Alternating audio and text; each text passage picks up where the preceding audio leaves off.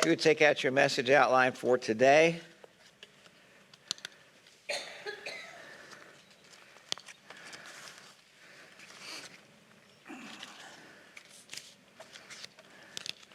was an elementary school kid that was having trouble learning his history lessons. And one of the questions was, name one of the signers of the Declaration of Independence. And this particular kid could never remember any of them, let alone one. And every day the teacher asked him to give one of the names of the signers of the Declaration of Independence, and he just never could get it. But after a while, she started to realize or suspect that what he was doing was really just being obstinate. He was just being hard-headed, didn't want to do this. And so this was not unusual for this kid. And so she decided to have a parent-teacher conference. Oh, joy. So the father showed up, and the father's sitting there with the son and the teacher, and the teacher gives the problem. Well, we've been studying the Declaration of Independence and who signed it, and your son refuses to tell me who signed the Declaration of Independence. The father just kind of shook his head. He said, now listen, boy, you tell me who signed that crazy thing. If you did it, please admit it, and we'll get out of here.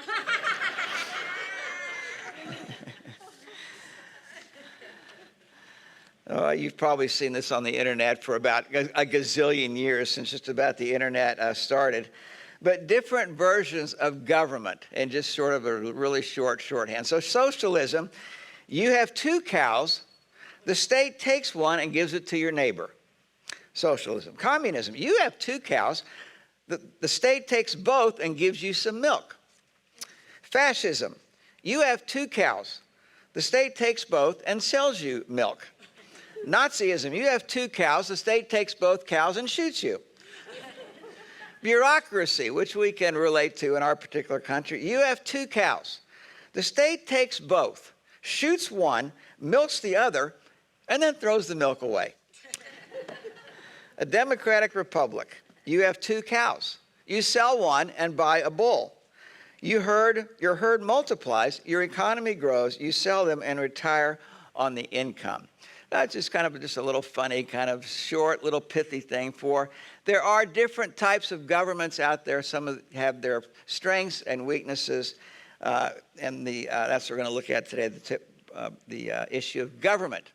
I like what Winston Churchill said about democracy. Democracy is the worst form of government, except for all the others. And that's a pretty good summary of sort of the heart of today's message. Now, you may be wondering, why is Seth talking about government? Well, the reason I'm talking about government is the Bible talks a lot about government. In the Old Testament, starting in Genesis 11, we have God intervening with a huge government problem that was just beginning. Virtually every Old Testament prophet talked about their own government as well as foreign governments, and the New Testament also talks about government. It has a lot to say about government. You say, well, maybe, Seth, maybe my objection to you is on speaking about government is really not the Bible, but the separation of church and state. Or why? Can you really get up with the separation of church and state and talk about government? Now, the separation of church and state, how many of you, is there anybody that's not heard that phrase, separation of church and state? Have not heard. Okay, it's just part of the culture here. Separation of church and state. And the question I want to ask is, where did that come from? Now you say, well, Seth, it must be in the Constitution. And if you would like to, you can borrow my pocket Constitution, and you can take this afternoon and read through it and see if you can find separation of church and state. I'll give you the short answer quickly. You won't find it in the Constitution. Oh, well, Seth, it must be in the Declaration of Independence. Well, that's a shorter read. You can read that, but I will give you the short answer. You won't find it in the Declaration of Independence. You say, well, Seth, maybe is it in the Bill of Rights? You won't find it in the Bill of Rights either. Well, where did separation of church and state come from? Long after the Constitution was ratified, the Danbury Baptist Association in North Carolina wrote the president, President Jefferson, a question. The government was interfering in what they were doing, and their question was, does the government have a right to do that? And what Jefferson said was that no, the government does not have a right to intervene in religious affairs or in the free exercise of religion. And Jefferson, in this letter, over 10 years after the Constitution was ratified, said there is a wall of separation between church and government. And what he was assuring the people is that government, we live in a land where the government cannot encroach upon your First Amendment rights of religious freedom. Simple. Now, when the Constitution was being debated, it went on, the Constitutional Convention went on for about 3 months. And these men were very smart. They kept what was known as a journal back then, sort of like a court reporter today. And what these guys, that every person that weighed in on all of the different debates and all the different elements of the Constitution and the Bill of Rights, they took notes. And you can go back and read those journals if you want. They are very thick volumes regarding this. And you will find in none of those things the wall of separation between church and state. In fact, the fellow that drafted that language, the separation of church, or not separate, but the First Amendment, which says Congress shall make no law respecting an establishment of religion or prohibiting the free exercise thereof. That was written by one of the founders, Fisher Ames. Fisher Ames drafted that, and what the meaning of that First Amendment means is two things, what's called the Free Exercise Clause and the Establishment Clause. The first one, Congress shall make no law respecting an establishment of religion. Right out of the gate, the very first thing the founders wanted to tell us was that all of our ancestors that fled here from Western Europe because of religious and government overreach and persecution came here for religious freedom and free speech. We are not going to let that happen again in this country.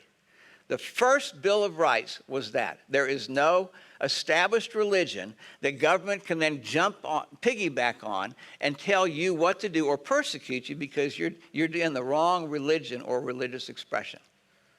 That's the Establishment Clause. The Free Exercise Clause, meaning whatever you're doing to exercise your freedom of religion, go do it, as long as you don't go against, obviously, the law.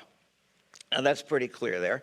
Fisher Ames, who wrote that, also wrote that not only should the Bible be in our schools, it should be the primary textbook of our schools.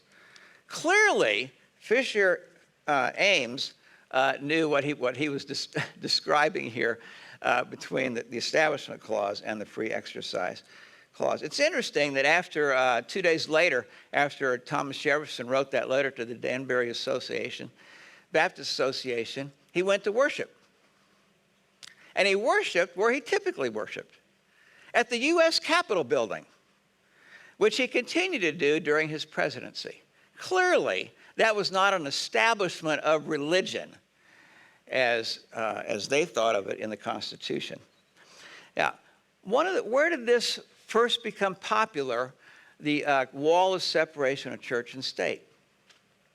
In 1962, there was a famous Supreme Court verdict, a case, Engel versus Vitale, which was the school in public prayer in school, in public school. And in your handout, there is the prayer that was brought before the court. Almighty God, we acknowledge our dependence upon Thee. We beg Thy blessings upon our parents, our teachers, and our country. That went all the way to the Supreme Court. And amazingly, and just sort of shockingly to me, the court ruled that was unconstitutional. They said that was an establishment of religion. Even though in the history of our country, beginning with the Declaration, or with the Revolution of the Declaration in 1776, nobody ever had a problem or thought public prayer, was unconstitutional. It's absolutely absurd. Now, why did they come on with that verdict? The main evidence for them was this phrase, the wall of separation between church and state. Now, ironically, but not surprisingly, these fellows ignored the context of Jefferson's letter and the intent of the letter and turned that phrase completely on its head to mean exactly the opposite of what Jefferson meant and what our framers meant. And we have lived under that since 1962. And it's now just a part of the culture.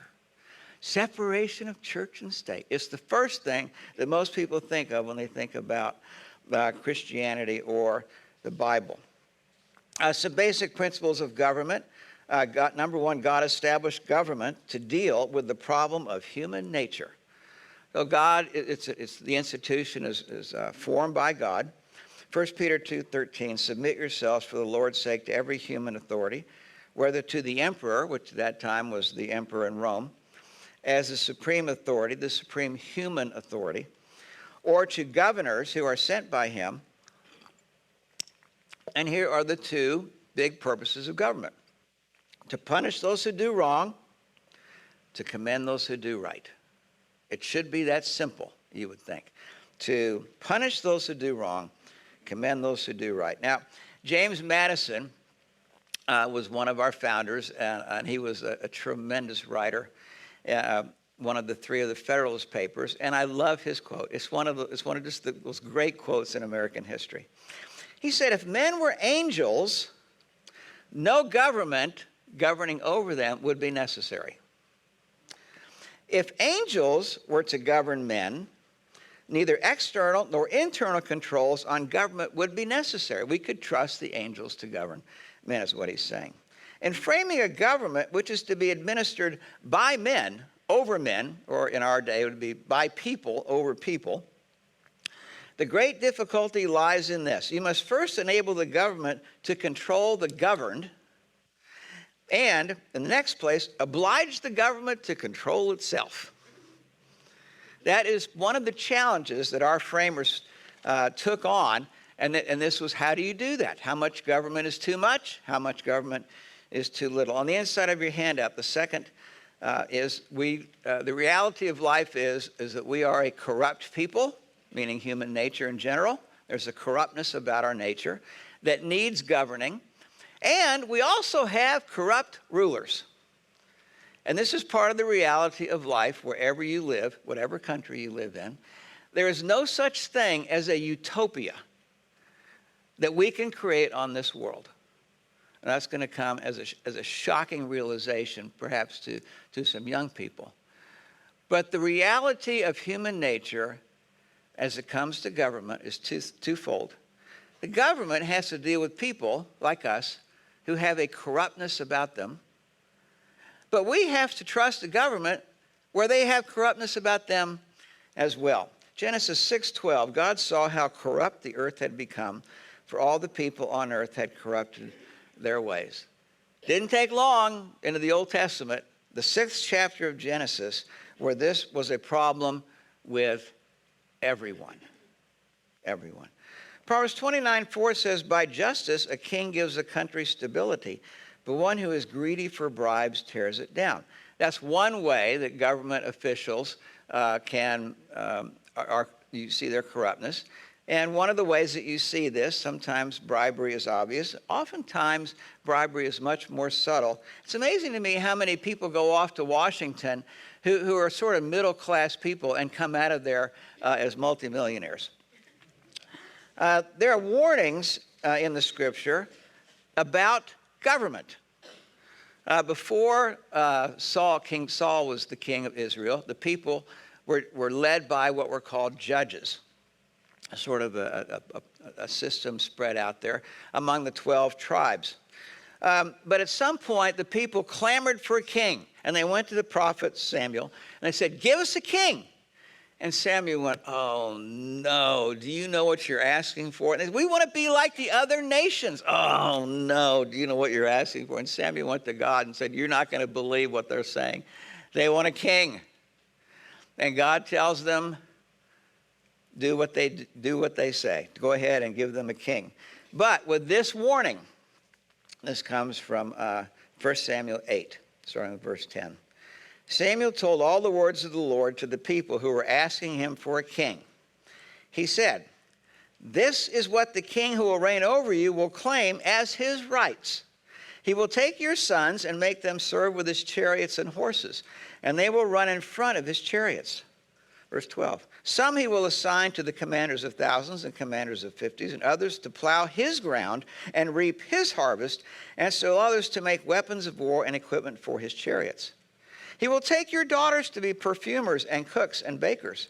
He will take the best of your fields and vineyards and olive groves and give them to his attendants. He will take a tenth of your grain and your vintage and give it to his officials and attendants. Your male and female servants and the best of your cattle and donkeys he will take for his own use. He will take a tenth of your flocks, and you yourselves will become his slaves. When that day comes, you will cry for relief from the king you have chosen, but the Lord will not answer you in that day. That was the warning to the people. And here's the response of the people after hearing that warning. But the people refused to listen to Samuel. No, they said, we want a king over us. And the long history of Old Testament is many, many, many corrupt kings over them. Isaiah 10:1 says, woe to those who make unjust laws, to those who issue oppressive decrees. As we looked at point 1, government is meant to protect those who are doing right, law-abiding citizens, and to punish those who are lawbreakers. Again, another famous political quote comes from Lord Acton. Power tends to corrupt. Absolute power corrupts absolutely.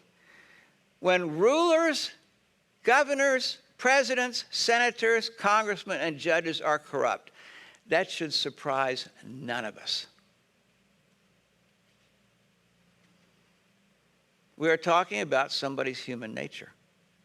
And when we give them more power, Lord Acton's quote is a very typical response. Power tends to corrupt. Absolute power corrupts absolutely. Great men are almost always bad men, even when they exercise influence and not authority. Still more, when you superadd the tendency of this and the certainty of corruption and authority. Again, our framers in our country realized this. They were dealing with King George and Parliament back across the Atlantic for a number of years, and they were getting nowhere with the government. And so in the framing of the particular government that we have, again, think of limited government. How could our founders set up a government that was limited? And they did it on this basis. John Adams said, our Constitution was made only for a moral and religious people. It is wholly inadequate to the government of any other.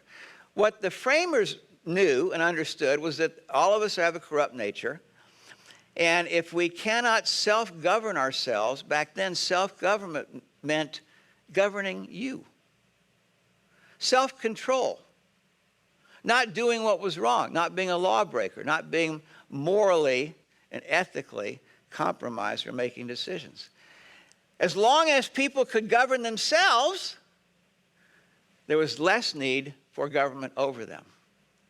And so they came up with that. What they saw was most of our country has some element of virtue and the ability to self-govern themselves that gives us some confidence that we can have limited government. And that's what they put together.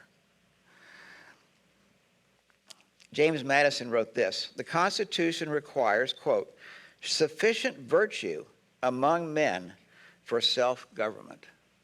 A term you don't very often hear anymore. Virtue.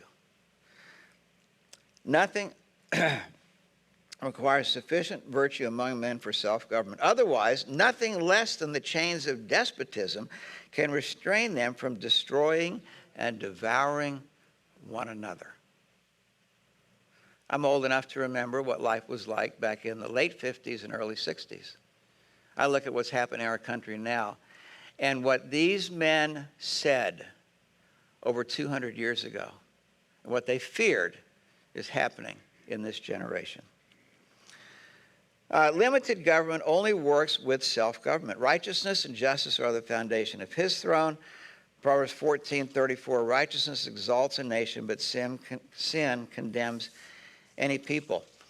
A professor at Yale wrote these words: people lacking in virtue could be counted on to trade liberty for protection, to trade liberty for financial security, to trade liberty for personal security, to trade liberty for comfort, for having their problems solved quickly by the government is the idea.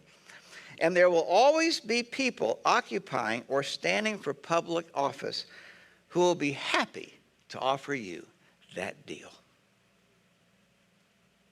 That's what's going on in our country all the time. Right now, we are being sold that particular bill. Applying the principles of the Bible and human nature to our American government, I'm going to say that because we live in America, and trying to understand our country is what the prophets did when they were speaking to Judah and Israel. There are 6 principles that the founders took out of the Bible and made as the foundation principles, and you can find these in the Declaration of Independence, which is sort of the foundational moral basis for the Constitution. The first is there is a divine creator. And this is an important concept, because what they said was either government is going to have the final authority or God is going to have the final authority. If government has the final authority, it can give you some rights, but it can also take them away. But if God is the final authority, then no man can take away those rights without him getting involved. So the phrase that they used for this was the laws of nature and nature's God. That this was a higher authority than whatever man codified as law. The second one is inalienable rights come from God, not from government. This is assumed in the first few chapters of Genesis when God told Adam and Eve to go out into the world, and all the things that they were supposed to do there is we have stewardships with which we are supposed to live out our lives. We'll talk more about this next week. Third, government exists to protect inalienable rights. We've already talked about this. To protect law-abiding citizens and to punish those who would tear down or infringe upon your rights. There is a fixed moral law, not relative truth. If you are new with us and want to know more about that, go back to our Easter message, the first few messages after Easter, where I talked about absolute truth versus relative truth. Fifth is the consent of the governed. The example that from 1 Samuel 8 that I read earlier is an example of this. God said, let them pick. You want a monarchy? Good luck. Want a democracy? Good luck. Want a republic? Good luck. Communism? Despotism? Anarchy?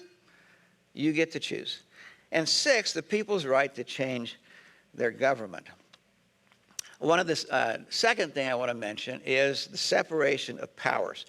Because our framers were so well aware of history and the government's ability to exert power over the people, they worked like crazy to try to mitigate against that happening in our country. The prime example here is Genesis 11, verse 3. The people said to each other, "Come, let's make bricks and bake them thoroughly." They used brick instead of stone and tar for mortar. They said, "Come, let us build ourselves a city with a tower that reaches to the heavens, so that we may make a name for ourselves. Otherwise, we will be scattered over the face of the whole earth." Now, this happened after the flood. And these folks, instead of understanding what had happened with the flood and why the flood was there, they doubled down on it. We're going to make a name for ourselves and just watch us. Okay, buildings before made out of stone, flood, nothing can keep. But this time we're going to be smart about it. We're going to make our buildings and our tower out of bricks. And tar, which is waterproof, is going to keep God from doing anything like that again. Notice God's response to this. The Lord came down to see the city and the tower the people were building. The Lord said, you can almost hear him going, "Oh, if as one people, speaking the same language, they have begun to do this, then nothing they plan to do will be impossible for them. Come, let us go down and confuse their language so they will not understand each other." So the Lord scattered them from there over all the earth, and they stopped building the city. That is why it was called Babel, because there the Lord confused their language and the whole world. The conglomeration of people in what we might call a one world government sent shivers up God's spine, so to speak. And he said, oh, no. I am not going to inflict that damage upon the people. And he didn't. At least he worked to mitigate against that, although we still try to do that. So in our particular, the framers, they understood the power of corruption in the human heart with rulers. So what did they do? They crafted a government called federalism. And in one sense, there is the federal government, the national government, but there are also state governments, where if you want to live in California or Minnesota, you are free to do that. If you want to live in Portland, Oregon, you are free to do that. If you want to live in Florida or Texas, you are free to do that. And each of those state governments have the authority to craft laws as they see fit for their people. The purpose of this, again, was to mitigate or to lessen federal power, national power in one entity. They gave power to the states. There are three branches of government: the executive, the legislative, and the judicial, where power is separate from each of these. And if there's overreach by any of these three, the other two have checks and balances that they can use to, again, mitigate against that power. There are, Article 10 of the Constitution is the enumerated rights article. And what it said is, only those rights given to the federal government in print, what we have enumerated, lined out, are what the federal government can do. Anything else belongs to the state. Well, that ship has sailed a long time ago. Our federal government has blown way past that. And the framers put into our Constitution elections. And they, in terms for elections, they had the representatives, which we get to vote on 2 years. And what they thought was going to happen was that the people who, if they didn't like their particular representative, they could vote the scoundrel out every 2 years. They did not imagine that we would have this, that the same scoundrels would get voted in over and over and over again. The governor, 4 years. Senators every 6 years. President every 4 years. In other words, they gave some of this power of the government to us, the people. We have a say in our particular government. And yet, in spite of all of that, we have managed to still corrupt what they conceived. When the Constitutional Convention was over, Benjamin Franklin came out, and a very famous little episode happened. He left Independence Hall, and a woman asked him, well, Mr. Franklin, what kind of government do we have, a republic or a monarchy? His response was, a republic, madam, if you can keep it. I'd love to know what he thought of if he was living today and looked at what we have done with what they crafted. Why are we so divided as a nation? And I just want to mention three things. There are more than this, but as it relates to government, there are two worldviews that are competing in our government right now. And I'm just going to talk about sort of the, because of time, sort of the extremes of each side and why there's a battle going on. So the first has to do with the definition of freedom. What is freedom? What is equality? And what is liberty? On one side says if there are any restrictions, then we are not free. You put restrictions on us in terms of particularly social issues, and we're going to look at you as totalitarians or fascists. We should have no restrictions on our behavior. Particularly, this is true in the realm of sexuality. And the second element here that's on the far outside here is equality of outcome. It looks at our American system where we are, and we used to think about equality before God and equality of opportunity, and now this side says that's not good enough. No, it's got to be equality of outcome. And until we have equality of outcome, we are not free. That's their definition of freedom, equality, and liberty. Now, over on this side, Freedom, from the Bible's point of view, is the freedom to do what we ought. Freedom is a moral responsibility. It's something we should do. We should be free. We should be free to worship. We should be free to freedom of speech.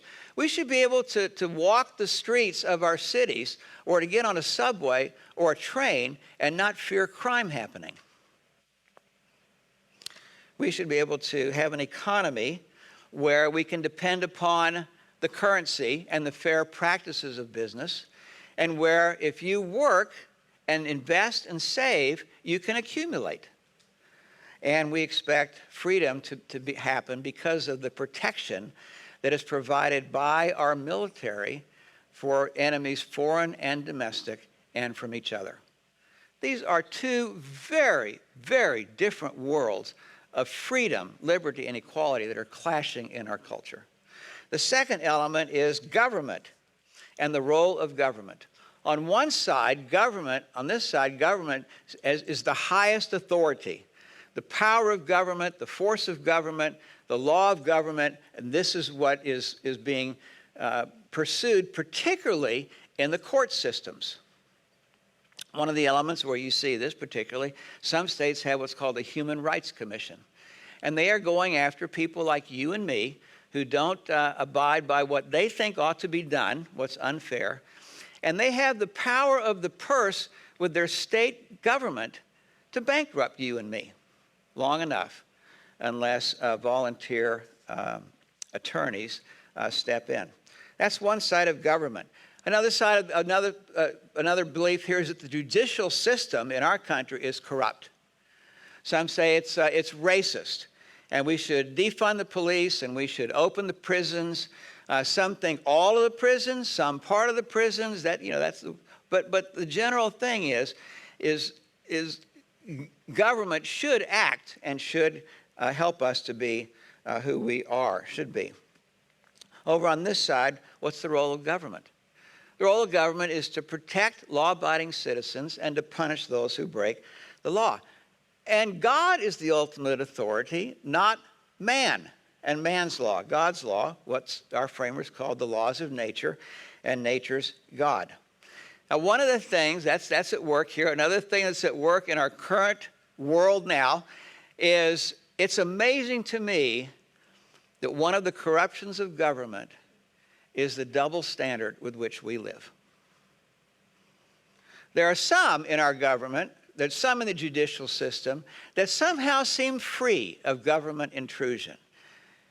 And then there are others where the government is oppressive of that, and that goes on.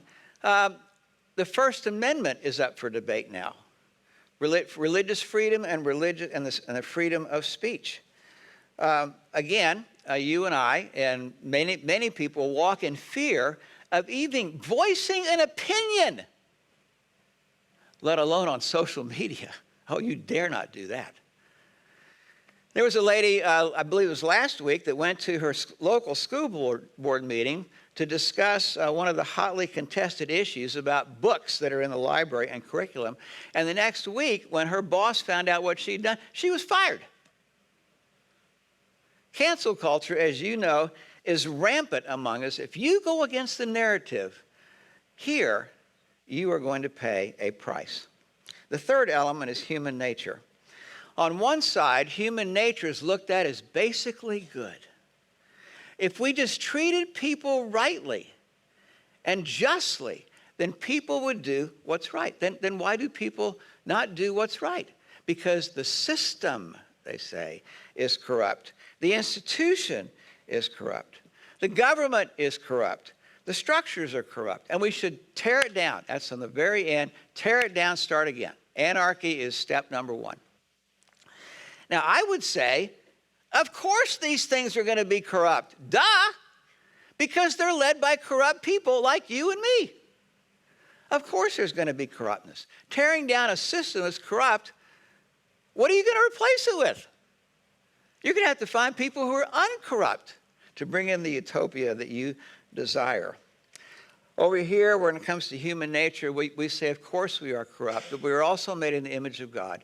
And therefore, we have a responsibility and a duty to do what we are supposed to do and to live out our stewardships of our life, our work, our marriage, kids, community service, etc., without fear of government intervention. We'll have more to say about this next week. In 1949, a book was written called 1984. And maybe you read that in high school. I read that in high school. That was part of what we were doing. If you haven't read it and you have an interest in how did we get to the place where we are now, I suggest you read that book, 1984. It was written in 1949 when the rise of communism was happening in Russia. And the writer saw what was happening and how it was happening, and he put together this amazing book in story form to illustrate what would happen with despotism. If you give all the authority to the government, what are the likely outcomes to have? At the same time, what the writer feared was that the American press, not surprisingly, thought that communism was a grand social experiment. The dangers of authoritarianism, and there are 5 that he mentions in this book. Psychological manipulation of the people. Big Brother is watching you, is the famous line here. Physical control of the people. 3rd, control of information and the rewriting of history, which has been going on in our country for 103 years. 103 years, exactly. Technology, the use of technology, and language, controlling the language, what we say, how we say it, the terms we use for the purpose of mind control. Now, we're going to talk more about this next week. But there is a go-to for you and me. Our framers thankfully gave us a voice in our own government. Generally speaking, in presidential elections, only about 1/3 of our folks generally vote. And of that, about 1/6 of our voting population elects the president. 1 in 6. And only about 1 in 8 elect our representative. Hello? Hello? Hello? If you like the way government is headed, there's nothing you need to do because we are sliding in that direction. If you say, I don't want that to happen, then you and I have choices. And we can get involved as our framers allowed us to. Let's pray together.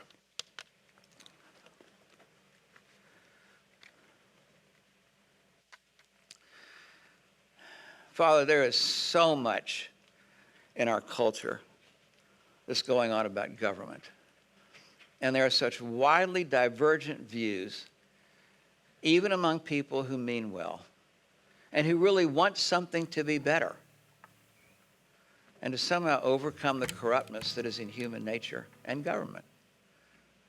But there is no utopia that can be built here. What we can do is seek to overcome our corruptness and seek to frame the government to put less corrupt people in power. The problem with corruptness is everyone's problem. That lies within me, and it lies within you. God has been working on that in me for 51 years. There's still more work to be done on that. And still more work to be done with you. But if the beginning of that work isn't accomplished in your heart at conversion to Christ, nothing can change that corruptness in your nature. Nothing. It takes the power of God to do that. And I would invite you to come humbly to the cross and to say, God, I recognize my nature is corrupt and needs an overhaul. And Jesus Christ died for folks just like us who take him up on his offer of mercy and grace, that which we sang about this morning. And you can find forgiveness and now the power to begin to deal with that corrupt nature that affects every area of our life. Our dating, our marriage, our parenting, our work, church, community, government. Lord, come and do a work again in your people. We pray in Jesus' name. Amen.